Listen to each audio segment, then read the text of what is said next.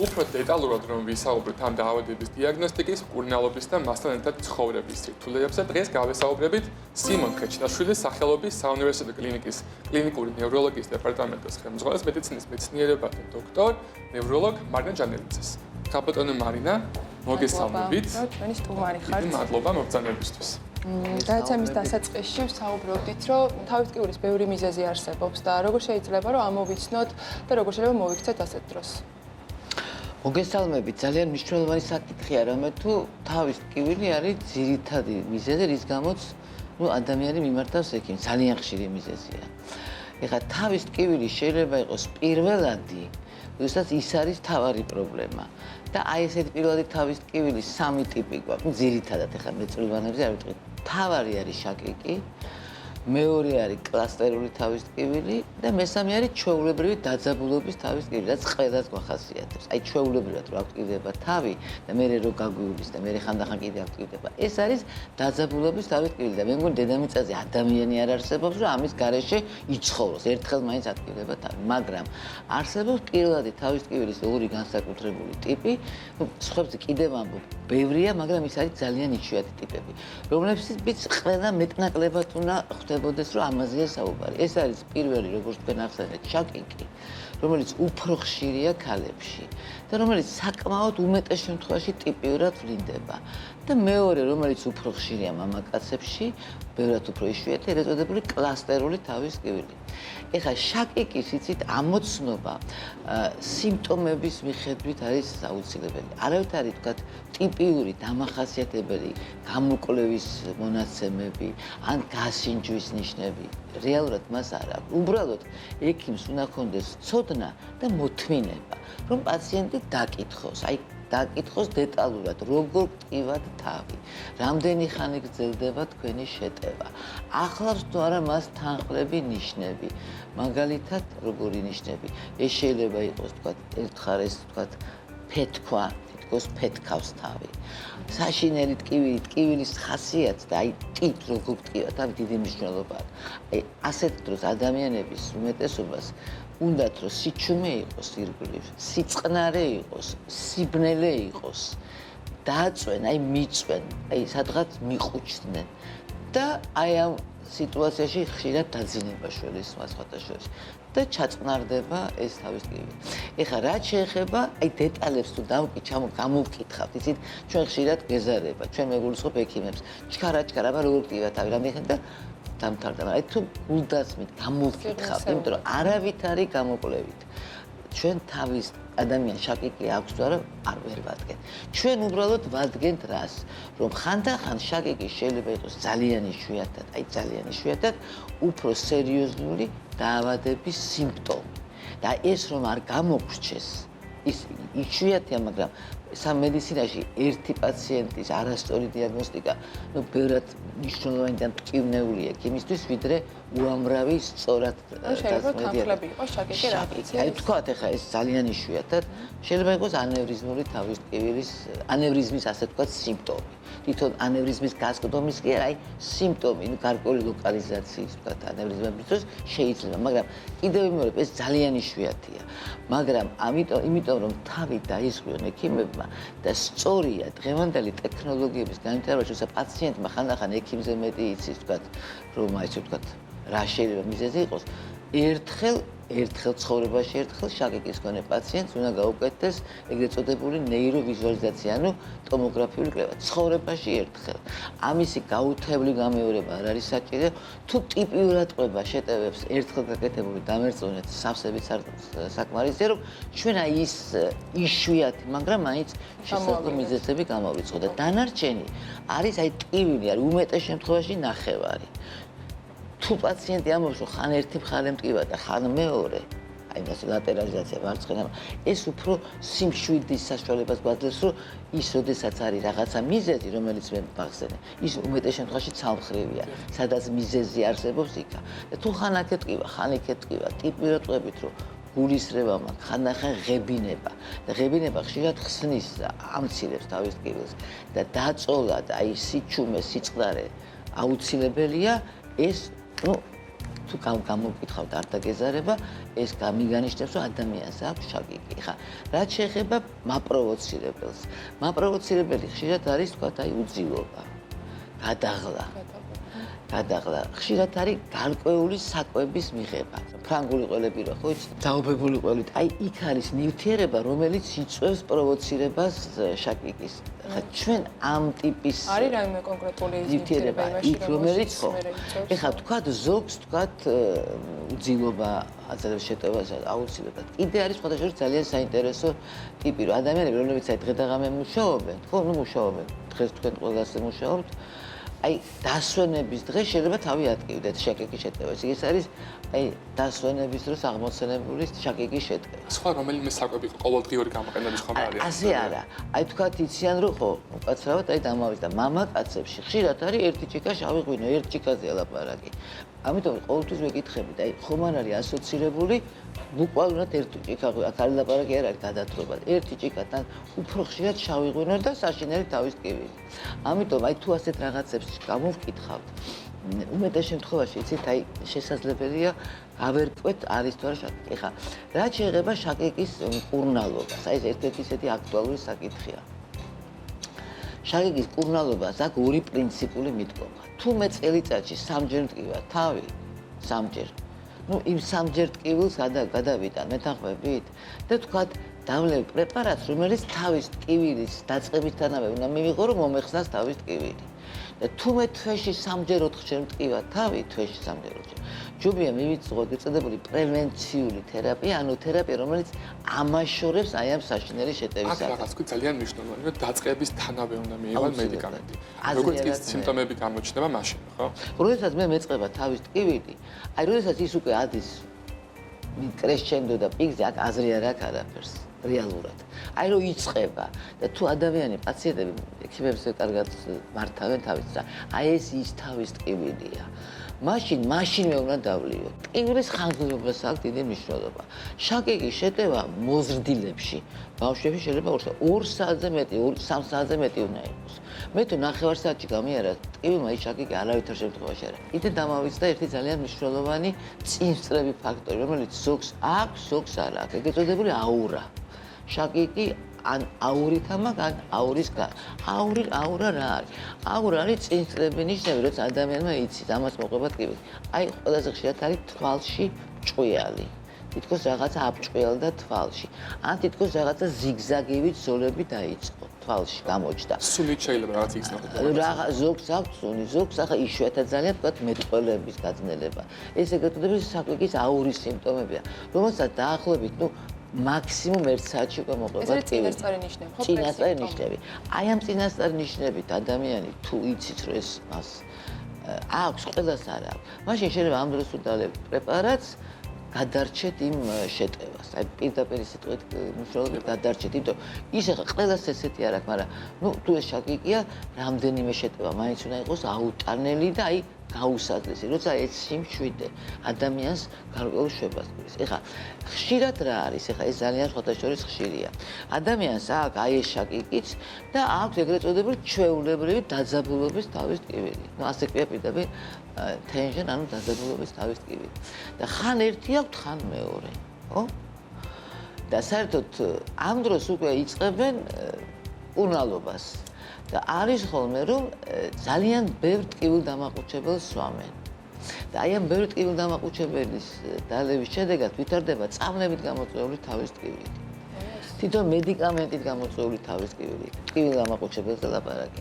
და აი ამას თუ ჩვენ ხშირად ვსვამთ, მე უკვე ვეღარც იმას ვხვდებით, რომ ეს შაკიკია თუ დაძაბულობის არის, ამას ემატება ჭარბი მიღებით გამოწვეული თავის ტკივილი და პაციენტს პრაქტიკულად სულ თავი ტკივა. აი ამ ჭარბი მედიკამენტის მიღებით თავის ტკივილზე რა სიხშირეზე აქვს საუბარი და ასევე რა ანუ როგორც ვიცი უნდა მედიკამენტი მოიხსნას და ინახოს თუ რამე აუცილებლად ეს არის ყველაზე რთული რასაც პაციენტებთან ამაზე საუბარი ძალიან რთული ამიტომ ის პაციენტები ფაქტურად ამ ტკივილის გამო უნარშეზღუდულები არიან ეხლა შენ რა აუხსნე ვიცით რა თქვენ წამლები არაფერი არ უნდა დალიოთ და აუცილებლად პირველი ათი ძალიან ცუდად იქნება. ნუ არსებობს მისი მაგერა უნდა მიიღოს, ეს არის ძირითადად ანტიდეპრესანტები, აქ დეპრესია არაფერ შუაში არ არის, უბრალოდ ანტიდეპრესანტები თავის ტკივილის აღმოცენების ცენტრალურ მექანიზმებზე მოქმედებენ და ეს უნდა აუხსნათ. ამიტომ მედიცინაში ძალიან დიდი მნიშვნელობა აქვს პაციენტთან ურთიერთობას და მასთან საუბარს, რაც სამწუხაროდ დღეს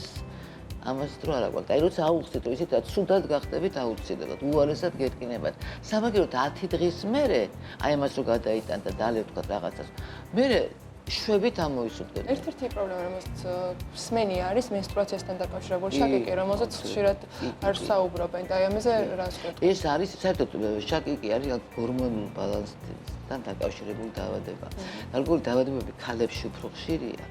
ერთ-ერთი როგორც გითხარით შაკიკი, აი თქვა რევმატიზმის ქალებში უფრო ხშირია, იმიტომ ის გარკვეულ ჰორმონალურ სხვადასხვა ბალანსი გვაქვს ქალებს და კაცებს ჰორმონალურად. ეს არსებობს და ეს არის menstruალური შაკიკი, პირდაპირ ასეთი შაკიკია და ამ შემთხვევაში მე თუ ვიცი რომ ეს ასეა, უნდა თქვა menstrual ზოგს აქვს, ესე იგი პრემენსტრუალური. ანუ ზოგს menstrual, ზოგს შეიძლება იყოს პოსტმენსტრუალური. აი იმ დღეებში შეიძლება გარკვეული, ნუ რამდენი დღეა ხეს ტკივილი დამაყუჩებელი პრევენციული თერაპია აქ არ შველის, იმიტომ პრევენცია მაინც უფრო ხანგრძლივია. იმ დღეებში მივიღოთ აკლაპარაკე რამდენიმე დღეზე, თუთან დავკონკრეტდებით პაციენტთან ერთად რა პერიოდში აქვს უფრო დასაწყისში, თვითონ menstruაციის პერიოდში თუ ბოლოში, ამას შეიძლება ადვილად იმართოს და იმ პერიოდში მიიღოს პაციენტმა ტკივილი დამაყუჩებელი და ნუ ამოისუნთქებს ნამდვილად. თქვენი სტიგმაც თამაშობს თქვა როლს, იმიტომ რომ არ უყურებენ ისეთივე სერიოზულობით menstruatsiულ თავის ტკივილს, როგორც არა, ეს ძალიან ტიპიურია, საკმაოდ ხშირია ქალბატონებში და როგორც წესი ასეთი თავის ტკივილი ასაკთან ერთად, ნუ, როდესაც menstruatsiულ ციკლი იკლებს. თუმცა არის ასაკში აღმოცენებული შაკიკიც არსებობს. ახლა ადრე იყო რომ ეს აბსოლუტურად გამორიცხული იყო. ეხლა უკვე საკმაოდ ხშირად არ არის, მაგრამ დაჩნდა, როდესაც შაკიკი არის ასაკში ვითარდება. აქ ყოველთვის მაინც უნდა ვიყოთ ფრთხილად, ხომ არ არის ეს სიმპტომი. ბავშვებშიც არის შაკიკი. ამე განსხვავებული ხდება. არა, უბრალოდ ბავშვებში უნდა უნდა ალბათ რთულია მანდის გამოკითხვის ნაწილი, რასაც თქვენ ამბობთ. ნუ ხა ცოტა უკვე შეძიება ფულდება. ცოტა უკვე კარგად მაგრამ არის ბევრად უფრო იშვიათი, მაგრამ ბავშვებშიც არის შაკიკი და ეხლა რაღაც ჩვენ ამდენი ქალებზე ვილაპარაკებთ, მე კიდე იმ მეორე ტიპის თავის ტკივილსაც გეხდით. ისე იგი პირველადი თავის ტკივილი ეზოდებული კლასტერული, ანუ კონისებრი, აი კონა არის კლასტერი და ამიტომ ჩვენ კლასტერული გვაქვს სოფლიოში. ეს არის უფრო ხანმოკლე აუცილებლად სამხარეს არის, ესე იგი თუ შაკიკი შეიძლება ხან ერთხელ მხარეს ქონდეს, ხან მეორე, ეს თუ მაქვს ერთ მხარეს.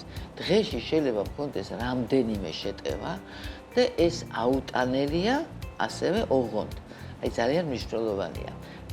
ქცევა შაკიკის და კლასტერის დროს პაციენტების სრულიად განსხვავებულია. თუ შაკიკის მქონე პაციენტი უნდა დაწვეს, ჩაწნარდეს, ესენი ვერ ისვენებენ კლასტერული თავის ტკივილს. აი მათ ესეთი სახელიც აქვს, სახელიც ქვიათ, როგორც ლომი გალიაში, აი დარბის ტკივილისგან, სიმწარისგან, ხო ტკივილისგან, სიმწარისგან და ეს ტკივილი ძლდება 15 წუთზე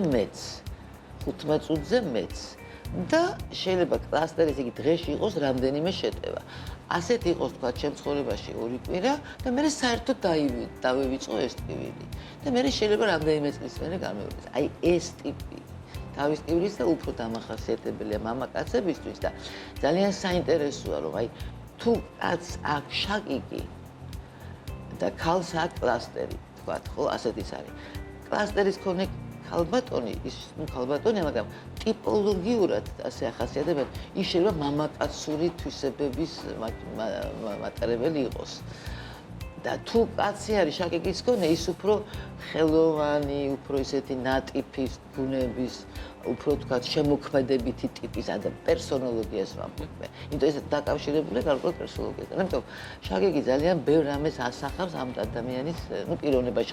ქალბატონები ეს სიმშვიდე, რაღაცა გარკვეული შფოთვა, შინაგანი უფრო ტიპიურია და კაცს ეს ნაკლებად ახასიათებს და თუ კაც შაკიკი აქვს როგორც წესი, ტიპოლოგია მისი. უფრო ესეთი აი შემოქმედებითი ტიპი რო წარმოვიდგინოთ, იმიტომ რომ საკმაოდ ბევრ ცნობილ ძალიან ზოგ ადამიანს მამაკაცებს შაკიკი ჰქონდა, ზოგს მხატვარს, ზოგს კომპოზიტორს შაკიკი ჰქონდა, მაგრამ ძალიან ცნობილი. ამიტომ ეს ტიპოლოგია გარკვეულ დაავადებისადმი მიდრეკილებასაც განსაზღვრავს. მეც მაქვს თავად შაკი და დავფიქრდი ამას ხორში შეიძლება დიდი ნიჭები გქონდათ ერთგვარ. ხომ არ აქვს ამას გენეტიკური წინასწარ განწყობა? არა, აქვს, იცით, არის ოჯახი, რომ ბებიას აქვს, დედას აქვს, მაგრამ აი პირდაპირ ზოლი არის ესეთი გენეტიკური ხაზი არის შაკიტის, ასე ვთქვათ. ამიტომ ეს როგორ არ არის? გენეტიკური წინასწარ განწყობა უფრო კარგი. არის სხვათა შორის მემკვიდრული ფორმები, ის უფრო იშვიათია. მაგრამ გენეტიკური წინასწარ განწყობა ძალიან ბევრ რამეს განსაზღვრავს და ამიტომ ეს ყოველთვის უნდა გავითვალისწინოთ და თუ მით უმეტეს ახლა უფრო ადვილი გადასაწყვეტია საკითხი პაციენტ შაკიკი აქვს და როცა იტყვის რომ აი დედა ჩემს გონა ბებია ჩემს აქ აი ეს პირდაპირ ჩამოყვებიან ხანდახან ეს იშვიათია უფრო რომ და ამიტომ იმ ოჯახში შაკიკი ნუ ისე დრამატულად აღარ აღიქმება იმიტომ რომ ოჯახის ფაქტურად ყველა თაობა მიცის რომ აი მასაც გონა ამასაც გონდა და ამიტომ ეს არის მაგრამ ყოველში ეს უნდა გავითვალისწინოთ და მთავარი არის არ შეგვეშალოს სერიოზული დაავადება და ნუ უმეტეს შემთხვევაში ეს ახლა არ ხდება. შემდგომი სიახლე არ იქნება სწორედ ის ახალ ტექნოლოგიებზე არ ვისაუბროთ. არის რომ წელს გამოცა თავის კივილის ასოციაციამ ნეირომოდულაციის ზოგადი რეკომენდაცია. ეს არის ახალი სიტყვა. ტექნოლოგიები, რომელიც გამოიცა ახალი სიტყვაა კი ამ დაავადების კურნალობაში. თქვენ თუ იყენებთ ამას თქვენს პრაქტიკაში და როგორ ხედავთ მის პერსპექტივას? იცით რა, ჯერ ასე აქტიურად ეს, ნუ მე ვამბობ, ბუდით ესე ვთქვა, მტკიცებითი მედიცინის დონეზე დადასტურებული მონაცემები ჯერ ჩვენ ქვეყანაში ეს ასე ვთქვა, რაღაც ამცელობები ვთქვა, არსებობს, მაგრამ ეს ყოველთვის უნდა იყოს მტკიცებით მედიცინაზე დაფუძნებული. ხა ჩვენთან ჯერ აი ამ ტიპის ასე ვთქვა ეს არ შემოსულა. ერთადერთი მინდა გითხრათ, რომ საერთოდ ახალი სიტყვა შაკიკის თერაპიაში ეს ზოგადად ახლა შემოსული ერთადერთი მონოკლონური ანტისხეულები, რომელიც არის ანტისხეული იმ სტრუქტურის მიმართ, რომელიც მისი ტრიგერია. აი ამ ტიპის მედიკამენტები უკვე გაჩნდა. საქართველოში უბრალოდ არის ისინი კლინიკური კვლევის სტადია, კლინიკური კვლევა ცოტა სხვა არის, იმიტომ რომ ასეთი პრეპარატები ძალიან ძვირია პირდაპირ რომ ვთქვათ, მაგრამ ყოველში პერსპექტივა, როცა თქვენ აი კვირაში, ნუ 2 თვეში ერთხელ, 3 თვეში ერთხელ ზოგიერთი კიდევ უფრო იშვიათად ინექციას იკეთებთ და ეს ფაქტიურად პრევენციას აკეთებს, ეს შემოსულ ნეირომოდულაცია აუცილებლად ეს არის უახლოეს პერიოდში ეს უკვე იქნება, ასე ვთქვათ, ერთ-ერთი ფაქტორი ზოგადად თავის ტვინზე ზემოქმედებისა. აქ ლაპარაკია სხვადასხვა დაავადების, რო სხვათა შორის ნეირომოდულაციის მექანიზმის. დიახ, აი რაც შეეხება კლინიკურ კვლევებს, საინტერესო გადასვლა გამოგვერდა ჩემი შემდგომი კითხვა ეხება მიასთენია გრავისის ახალი მესამე ფაზის კვლევას, როცა იგებენ ახალ მედიკამენტს, რომელიც საკმაოდ ეფექტურად სახლშივე გამოიყენება. ვიცით თქვენ წესწრებოდით კონფერენციას ეს ამ მედიკამენტის პერსპექტივა და ამ კვლევის დაწყება განიხილეს საქართველოშიც. როგორ არა. იცით რა, ეს საერთოდ არის აი მართლა გარღვევა, რასაც ქვია, თუ შეიძლება ეტყოს სიტყვა გარღვევა, მედიცინაში ეს არის მონოკლონური ზოგადად ანტისხეულები. მიასთენიას რაც შეეხება, აი ამ მიმართულებითაც ეს უკვე დაწყებულია. იცით არის, ეს არის სხვა ტექნოლოგიაზე დაფუძნებული მკურნალობის პრინციპი. როდესაც შენ აკეთებ ანტისხეულს, აი იმ სტრუქტურის მიმართ, რომელიც იწვევს დაავადებას. მიასთენიასთან მიმართებით ძალიან ნათელია რა იწვევს მიასთენიას. აი ნათელია როგორც მექანიზმი, მისი ცნობილი აბსოლუტურად. ეს არის ნერვკუნთოვანი სინაფსის, ასე ვთქვათ, ბლოკირება. და თუ თქვენ იმ ანტისხეულს მოაშორებთ მას, რომელიც ამას იწვევს, მაშინ პრინციპში დაავადება, ასე ვთქვათ, პრაქტიკულად შეიძლება ითქვას, რომ მართლადი გახდა. ჩვენ გვქონდა ასეთი ერთ-ერთი კვლევა, ეხლა მეორეც იწყება და კიდევ ამბობ, ეს არის ტექნოლოგიური გარღვევა უკვე თვითონ ფარმაცევტულ ინდუსტრიაში, ნამდვილი ტექნოლოგიური გარღვევა და ეს იცით როგორ არის ძალიან ცვლის ამ პაციენტების ცხოვრების ხარისხს. წარმოიდგინეთ, ხა მიასთენია არ არის თქვა სიცოცხლის საშიში თუ ის იმართა ხა როგორ არ არის ყველაფერი ბოლოს და ბოლოს შეიძლება ძალიან მძიმე დამთავრდეს თუ მიასთენია სწორად არ იქნა ამოცნობილი. ხოთა შორის სამწუხაროდ ხდება რომ მიასთენის ამოცნობა ცოტა პრობლემურია. იმიტომ რომ მიასთენია არის ვერაგი რამხრივ სიმპტომები არის მე გაუვლის პაციენტს. არა თვითონაც შეიძლება გაუვაროს და აი სანამ ექიმი გაერკვევა რომ ეს ასე ვთქვათ მისი ფსევდოსიმპტომები კი არ იყო ნამდვილი დაავადებით განპირობებული სიმპტომები იყო შემთხვევები არის რომ საკმაოდ გვიან ხდება ამოცნობა მაგრამ თუ ამოიცნობ და აი ეს ტექნოლოგიები იცით მათ ცხოვრების არის ახლა ჩვენ ესეთი რამდენიმე პაციენტი ყავს რომლებიც აი უბრალოდ შეიძლება თქვას რომ სხვა ცხოვრების ხარისხი ცხოვრობენ იმიტომ რომ ამ პრეპარატების ფონზე პრაქტიკულად ჯანმრთელები არიან ახლა გამოჯანმრთელება და მაღალი ცხოვრების ხარისხი სხვადასხვა რამეა გამოჯანმრთელება შეიძლება გრიპიდან გამოჯანმრთელდეს ძირითადად ნევროლოგიური პათოლოგია მაინც არის ქრონიკული მაგრამ მე თუ მაღალი ცხოვრების ხარისხით ვცხოვრობ მედიკამენტთან ერთად მაშინ მე პრაქტიკულად ჯანმრთელად ვიტყვი მე ესე ვთქვი ყოველთვის დიდი მადლობა. ასე რომ მიასთენიეს პერსპექტივა საკმაოდ მაღალია. დიდი მადლობა, ბატონო მარინა.